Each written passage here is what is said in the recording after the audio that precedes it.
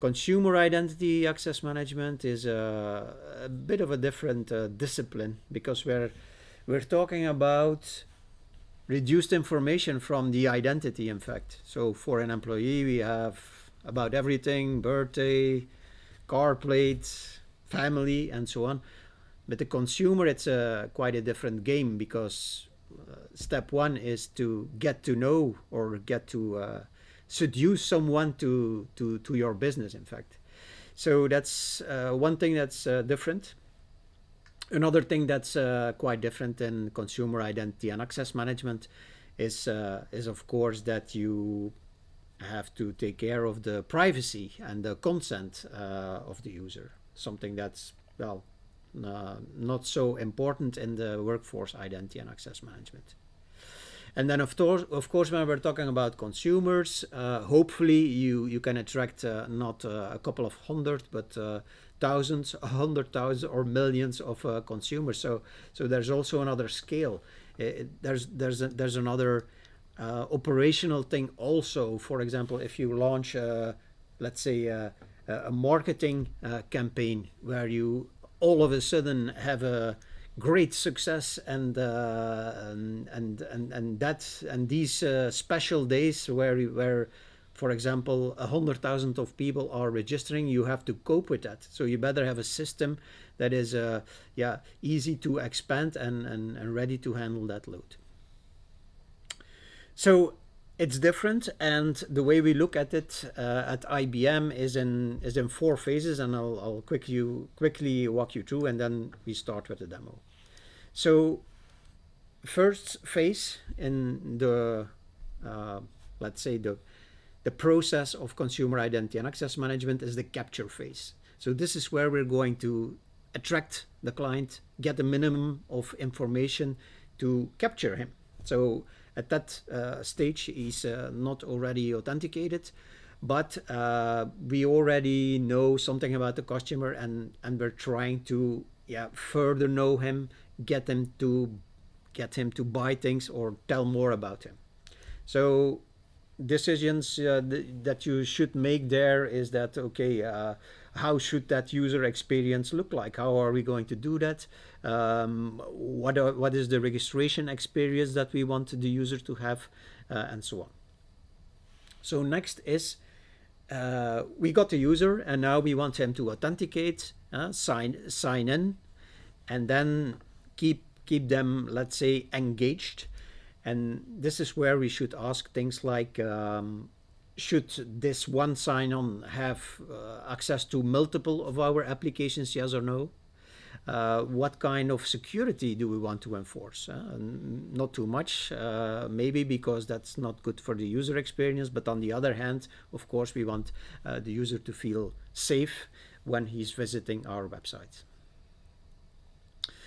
And then a third phase is the manage phase, and with this phase, it's about self-management. So what do we want our consumer to manage by him or herself? What attributes can he change? How do we handle, for example, the right to be forgotten? So how should he remove his account? Should that be directly, or will we have some other process? And then finally, there's of course the role of the administrator in all of this. So how do we administer this whole set of consumers? This is more the let's say the backends, like the marketing or the billing systems that need to get to the data about the consumer. You need to make reports. You need to, for example, measure how difficult it was, or how much time it took for a registration, something that can then be fed to your marketing or your user experience divisions to improve that. So this is how we see consumer identity and access management workflows within IBM. It's capture, engage, manage, and admin. And this is exactly the structure that I'm now going to use for the demo. And okay, so let me tell you the story about this demo is that there is someone, it's Jessica this time, who is looking for an insurance for her car. And so has been looking around in the internet and saw TrustMeInsurance, and that's our demo business, demo insurance. And she will now start visiting that site, and we're going to discuss what happens in each of the phases. Capture, engage, manage, and administer. So let's go ahead, and for that I'm switching over to my Chrome browser over here. And the demo app that I'll be using is in fact locally hosted here on my laptop, and that's the home page over here. So capture phase. So I'm Jessica. I'm looking for a car insurance, and this is how TrustMeInsurance works. This is their homepage, and what you see here is we're not trying to ask the Jessica to log in or register or whatever. No, we're asking them exactly what she probably wants. Is she wants to get a quote, right? So here I'm interested, of course, and I'm typing a quote. I'm typing my first name, my last name, Jessica Breton, and my email address. Do that here. So this is in fact what we're showing here is a little bit of a progress profiling, as it's called in CIAM, in the world of CIAM. So progressive profiling. So profiling a user step by step by asking an absolute minimum number of things, attributes of a user. So this is step one. I'm going to get a quote. So next is now that we know that she wants a quote, she can choose what type of quote that she wants. So in this case, she wants a quote for her car. And this is again progressive profiling, where we're now asking the user things that she will probably understand that she has to give now, because if you want a quote, yeah, it's an important business attribute to give your birthday. So let's type in some birthday here, something like this. Your zip code, which can also be of importance. Your car information, of course. Car year. Of course, she has to be old enough to drive a car, right? Yeah, good remark. Hopefully the business systems in the back end take care of that, Yves. Thank you for that point. And she now gets a quote, let's say. Okay.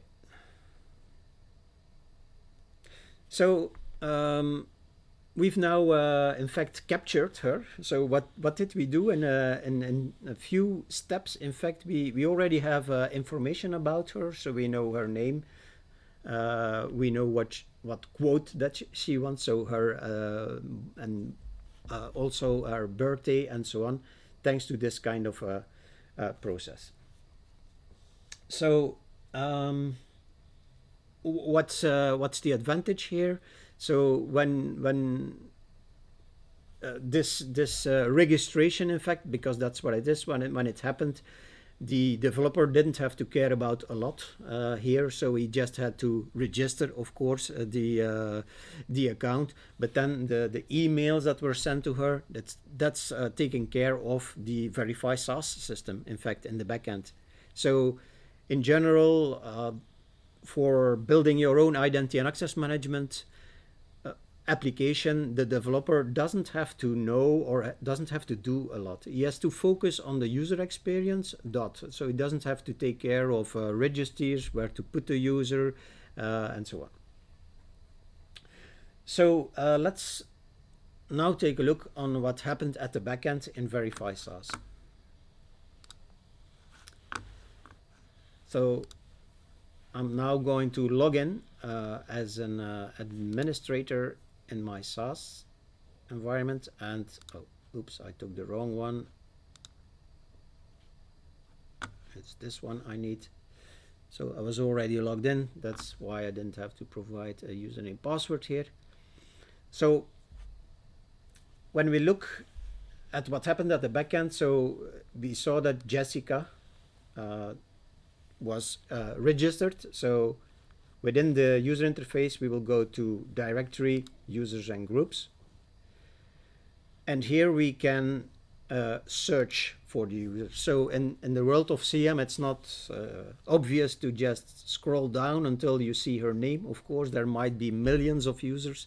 So that's why you need a convenient search filter like the ones that we provide, where you can say, I want to search for a specific name, specific criteria.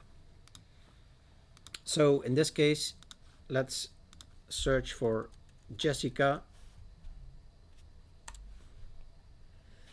And there we go.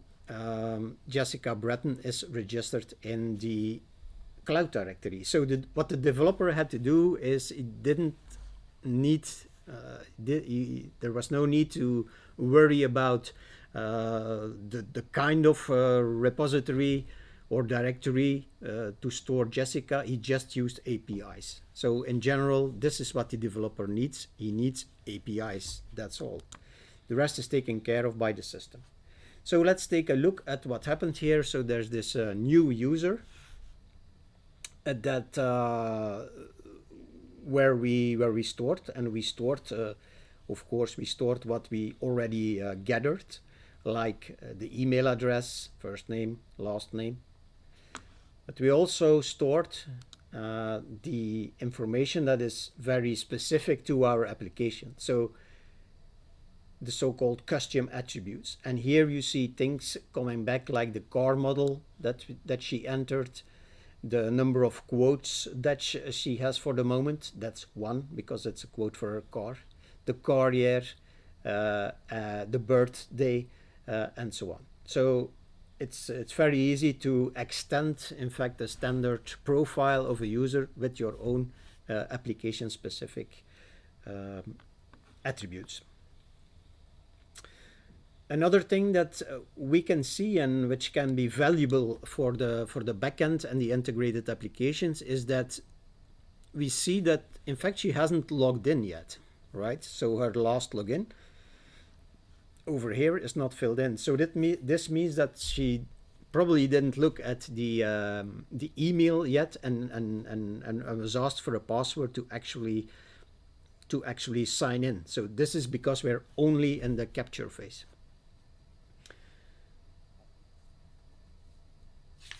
Okay, so let's now continue with the demo of where Jessica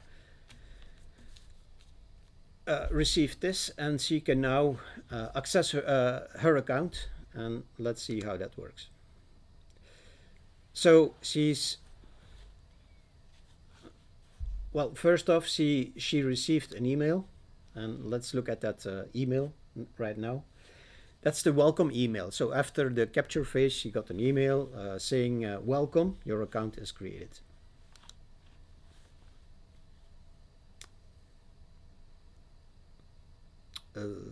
For some reason, this is, well, it wasn't the previous.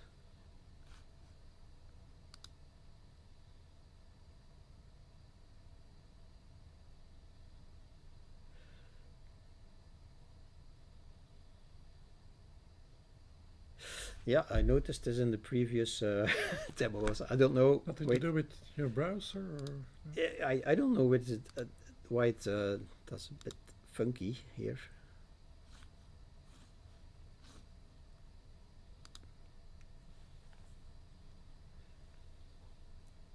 I think it has to do with my network. In fact, he's waiting for track dot blah blah blah. I don't know what's. I can try another browser to do so, and go to Mailinator over here, see what happens. It's probably. No. same problem here. Yeah, this is an unforeseen thing. In fact, what else can I do? You don't have any messages that you can see, or is just No, this one? I cannot see any message. In fact, although yeah, in the previous demo when I refreshed it, it did came up, but after a while, must be something on the network. I think we just have to wait for a while. See if I can talk about something else. Oh, there it is. Oh no, it's not there because if I look at the details, it's not working anyway. The message hasn't arrived yet. It is, but I cannot see the content. The message is there. Maybe have a look in the console, see if you can see anything about errors or something like that. Yeah, or what I can do is maybe because you need a password, right? I need a temporary password. What I can do, of course, is to go in the page source and see if that.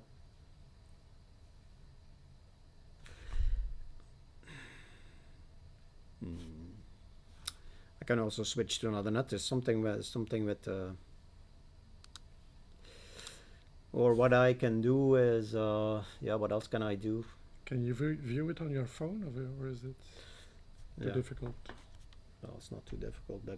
Or I can simply restart and pick another test email account. Or you can reset the password from the console, maybe. Yeah, that's also something I can do. So you can proceed, yeah. Yeah, so I can proceed. But anyway, so here the welcome mail. I don't know what's happening here. It has, in fact, nothing to do with the Verify SaaS. It should have your temporary password. It should have my temporary password. And what I was planning to say is, okay, you can also customize these emails to your likings. And again, the developer doesn't have to worry about that. So this is all done by the system. This welcome and account email, the password creation or the temporary password is also done by the system. So what I will do here is I will bypass this for a moment because there's a little trouble here, and I will reset the password of Jessica, but then again it will be sent. I will get. So I will. Are you sure? Yeah, yeah, I'm pretty sure it will also have the same problem, but I can get it. It was sent again. Yeah. But so it should arrive. Yeah, it does arrive, but I cannot see the content, so that's nasty. No pop-up blocker or something like that? No? It has something to do with the fact that I'm connected to another network than home. Don't know why. What I can do, of course, is I can change the email address for a moment and not pointing it to this one, but pointing it to something else like Gmail. Like Gmail, like my own personal Gmail address, which is probably not so good for the privacy matters here. But I don't think I have a lot of choice, or I can try to Mailinator maybe Mailinator still works. No, your Mailinator has problems, so yeah, I think I would choose Gmail if that's gmail.com. Don't start mailing Peter now, but no.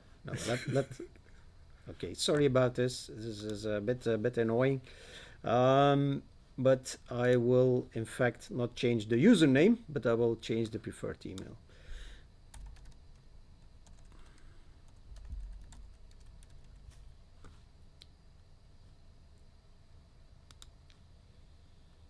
And then save. And then do a password reset. I'll do a password reset, and then I go to my personal email and then quickly pick that up. Okay, there we go. Control C. Okay, try to make an abstraction from that. And so so where was I? I was logging in as Jessica, and I'm going to use my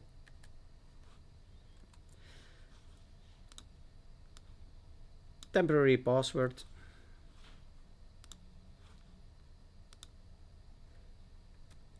Yeah. And so I will need to set a new password.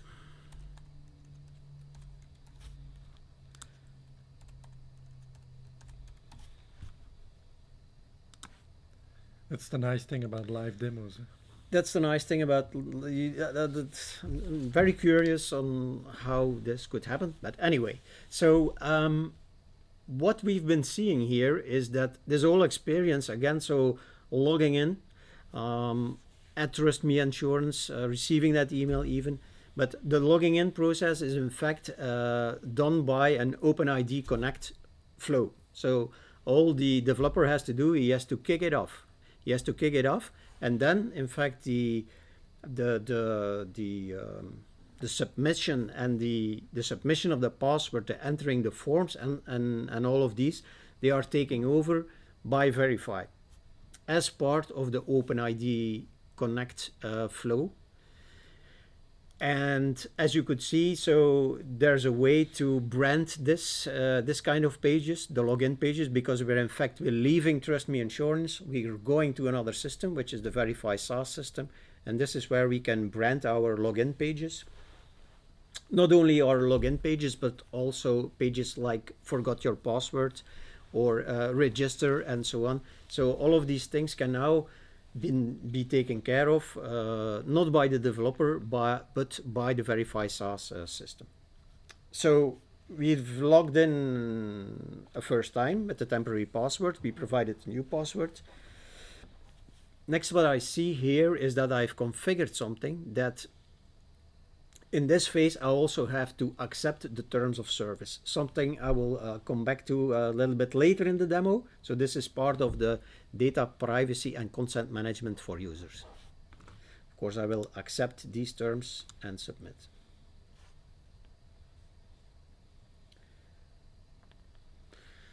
So there we go. So all of this is in fact done by the system, and now what the developer has to do is he has to present the profile so we can grab data from Jessica and show the profile. So what I wanted to show you here in this phase is that there's suppose that Jessica is very happy with the quote that she received, and she also thinks about a quote for her home now. So if she's asking for a home quote now, again we can see here that things are being reused. So if you ask for a new quote, you don't have to re-enter things like first name, last name, or email address, but you can simply get a quote based on the data that's already there in the Verify SaaS system. And again, here it's a nice example of progressive profiling. So we're making it easy for the user. The birthday, well, we already know, so why ask that again? But now we have to know, of course, when the house that she wants a quote for has been built. So let's say it was somewhere in the mid-80s. The property address is Broadway Street, for example, whatever, and then in Chicago state, the Chicago state, whatever, and the zip code was already known. And then of course I also have to select what kind of frame the house is built for. Let's choose wood, and she's getting another quote here.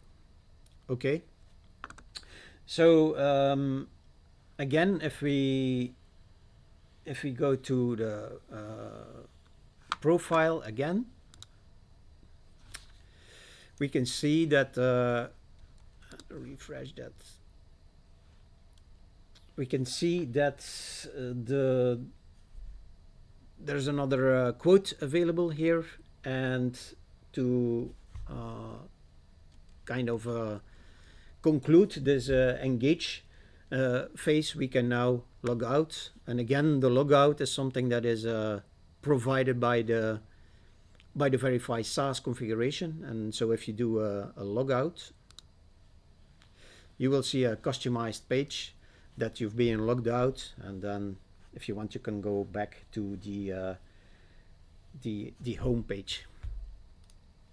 So this kind of concludes the engage, where the user could authenticate, receive the email,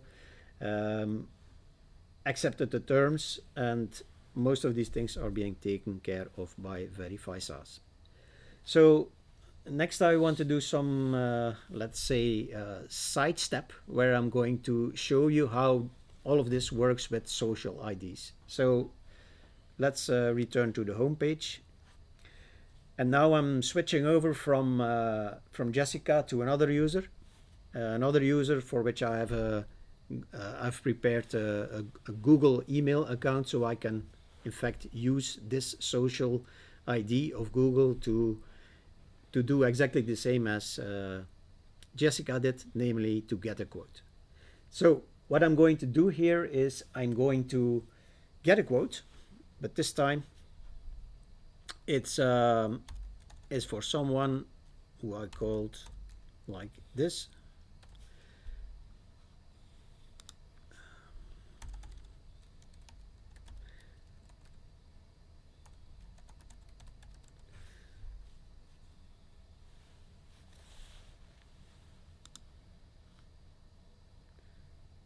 No, sorry, bit of the wrong. I'm on the wrong track here. No, what I should do is not though. So in the demo application, the way to get a quote using a social ID is via this path. So in this button, you get a quote, and then since I have this Google account ready now, I can choose one of my social IDs that I've foreseen in my application to register, in fact. So instead of filling out the form with my first name, last name, and email, I can simply say, okay, I want to get a quote based on my Google account. So I'm selecting my Google account here. So I'm this persona Peter Pivolab. I'm logging in with this account. Let me look up the password.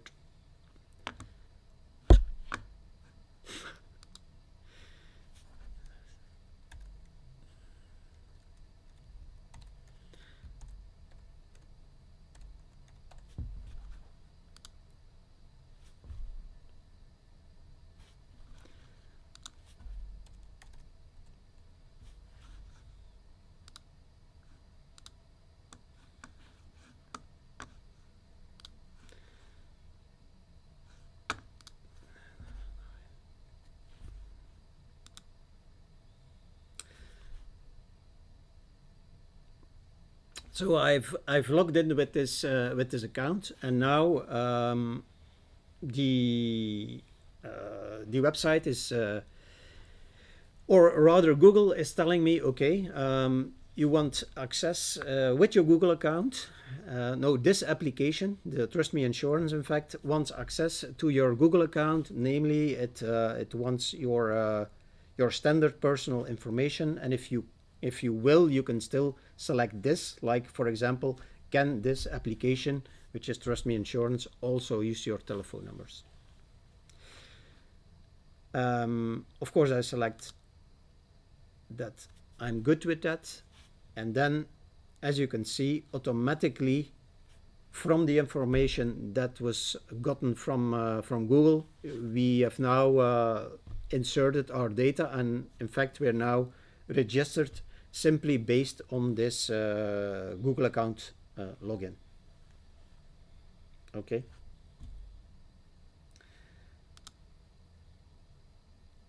So now what I want to, I could of course do the same thing here as Jessica, ask for a quote and so on, something I'm not going to do here, but I would like to log out here and then log in again with my Google account. So let me do that. I'm logging out, I'm returning. If I now log in, I can I can keep logging in with my Google account. Of course, I will already be logged in, so you will see that I will automatically be logged in here.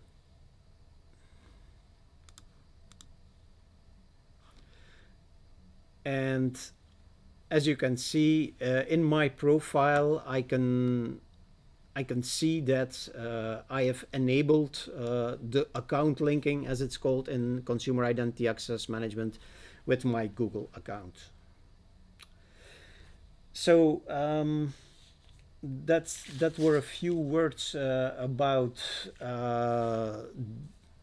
this. So social IDs looks pretty straightforward, but again, if you do a logout and log in again and look at the login screen, you can see that there's a number here that you can select. Again, the developer doesn't have to do anything for that. The only thing he has to do is he has to look at, okay, what social IDs are configured for me, and then present this, and then he will simply kick that off at the Verify SaaS site. So it's completely dynamic. If I were to, for example, say no, social ID of LinkedIn is not okay for my website, I could simply change one little thing in Verify SaaS, and then the user would only have the choice between Google. But I can also, of course, add and so on. So pretty flexible. And let's now look on how this works in the administrative user interface.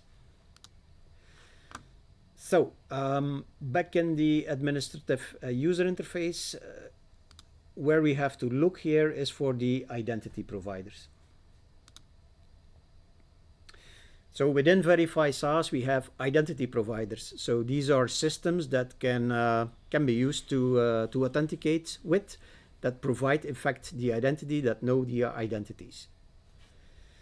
The main one is, of course, the cloud directory itself. So that is the directory of Verify SaaS that contains a set of users, but you don't have to use the cloud directory per se. You can also integrate with other things, like, for example, the social IDs. But let me show you how that's done.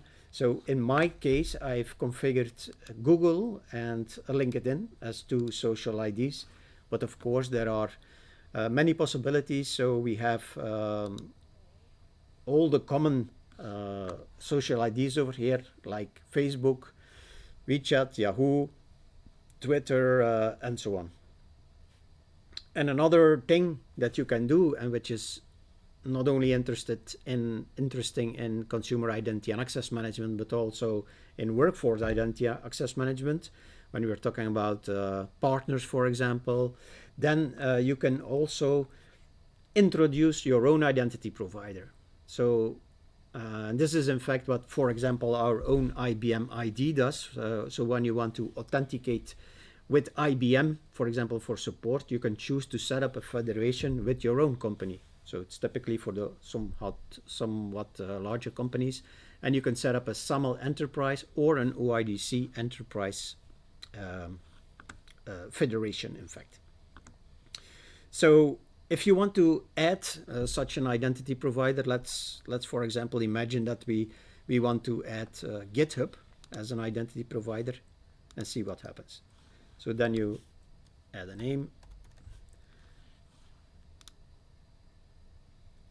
and then you get instructions on how to do that. So pointing to the configuration in GitHub, you will have then client ID, client secrets, and that's probably everything. Let's put in something dummy.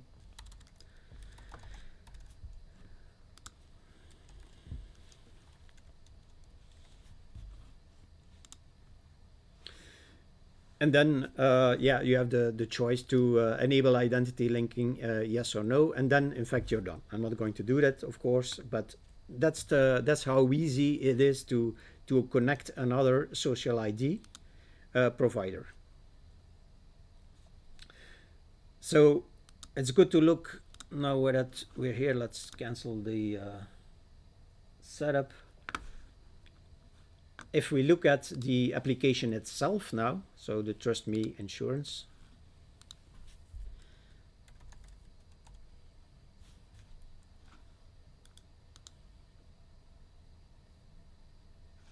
on how it's configured.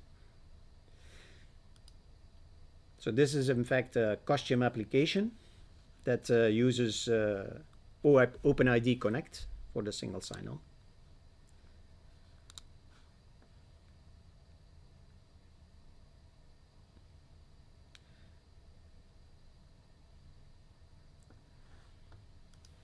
And this is where we can see, okay, what kind of identity providers would you like to integrate with? And as you can see, for our application, we have chosen Google and LinkedIn. If I do this and say no LinkedIn, automatically my application will change and will only show Google.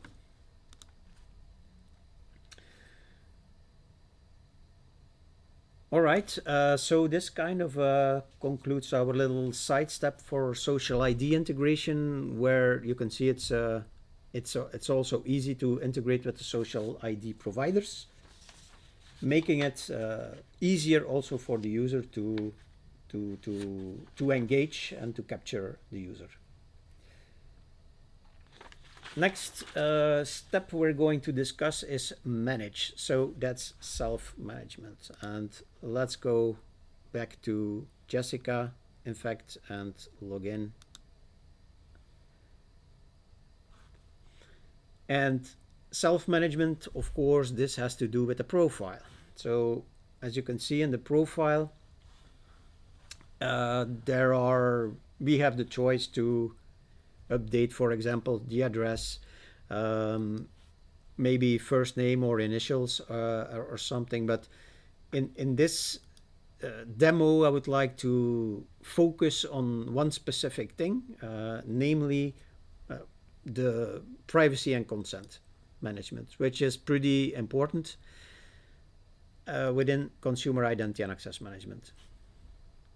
So as you can see, there's communication preferences over here, and by default there are two things that are currently not activated, and these two things are, in the context of my insurance company, are paperless billing, so offering the user the possibility to do the billing via email, in fact, versus via the regular post.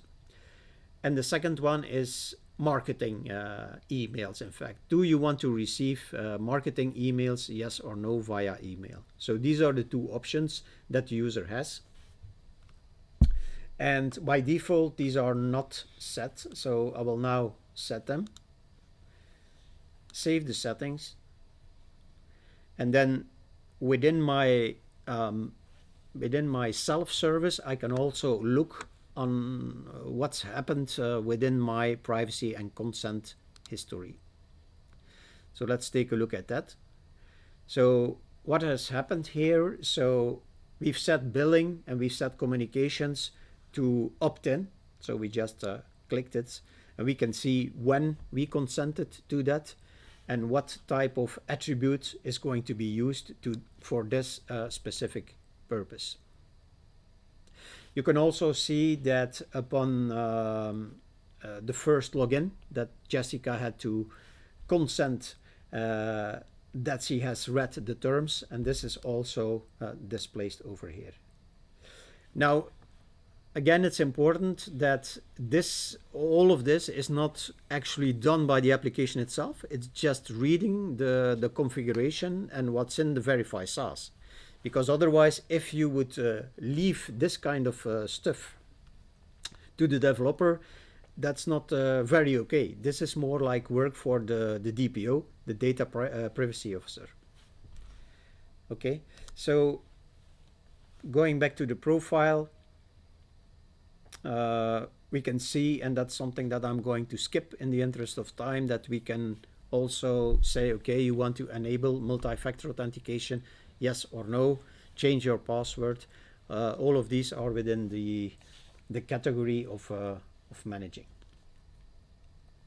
So if I change, for example, after a while I'm getting a bit tired of the marketing emails from TrustMeInsurance, and I would like to stop that, then what I can do is I can opt out, save my settings, and if I look again, then you can see that what the current situation is. So I have opted out of the communications.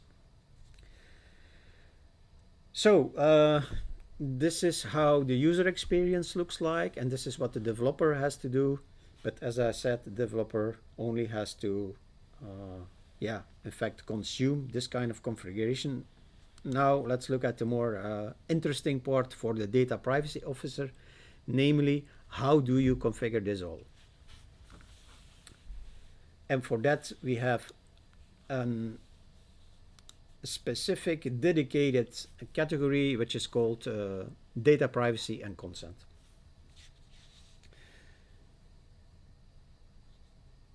So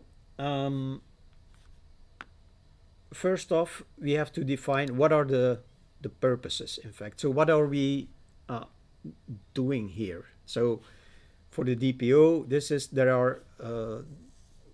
there are attributes that you're using. What is the purpose? What is the purpose of this? So the purpose, and we have chosen here the name communications. The purpose of this is that we're going to use the email, so that's the attribute email, to send emails, marketing emails to the customer. Then there's paperless billing. It's a bit the same, but it's for the billing. Again, we're using email for that. So this is how this is what the data purposes are. And of course, once you have these purposes defined, that's fine. But now you also have to have a policy around that. And let's look at that. So if you go to the data privacy policy, then we can see that there are policies for the communication part and for the paperless billing part. So let's take a look at that. If I edit the policy, wait.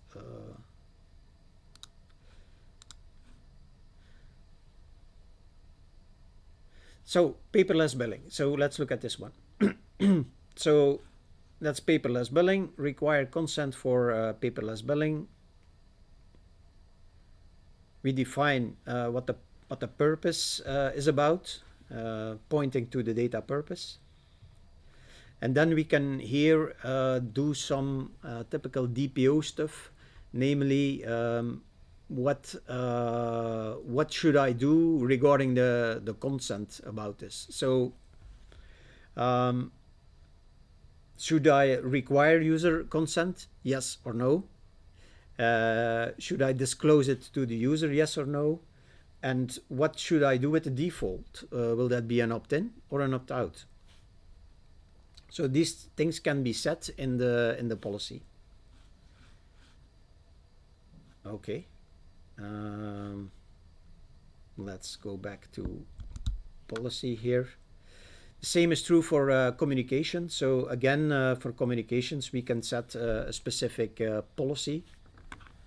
Then there's a tab rules that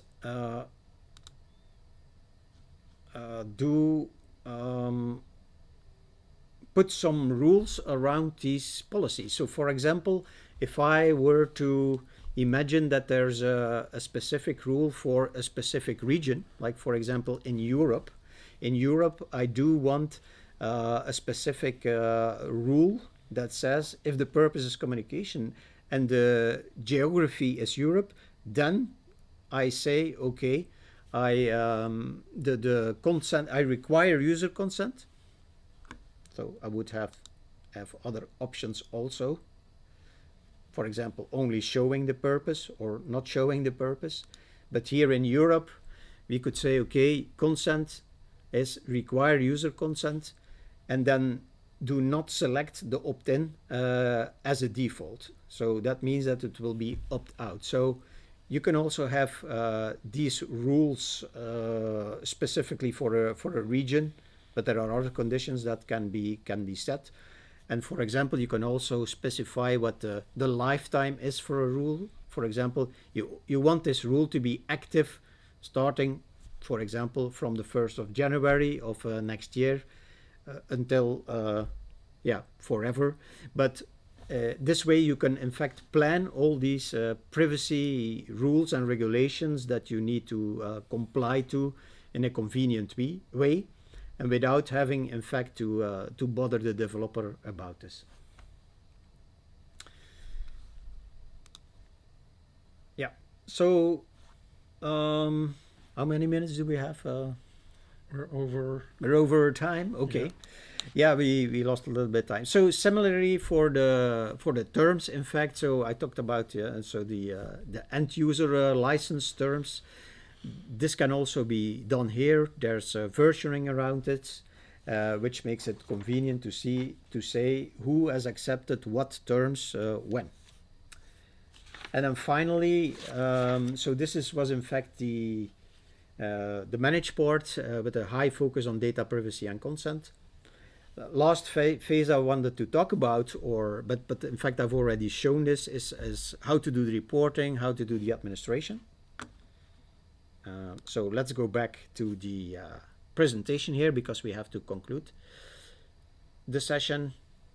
I'll leave you with the technical setup of the demo, and then two things I want you to remember, in fact. So the building blocks: capture, engage, manage, and admin.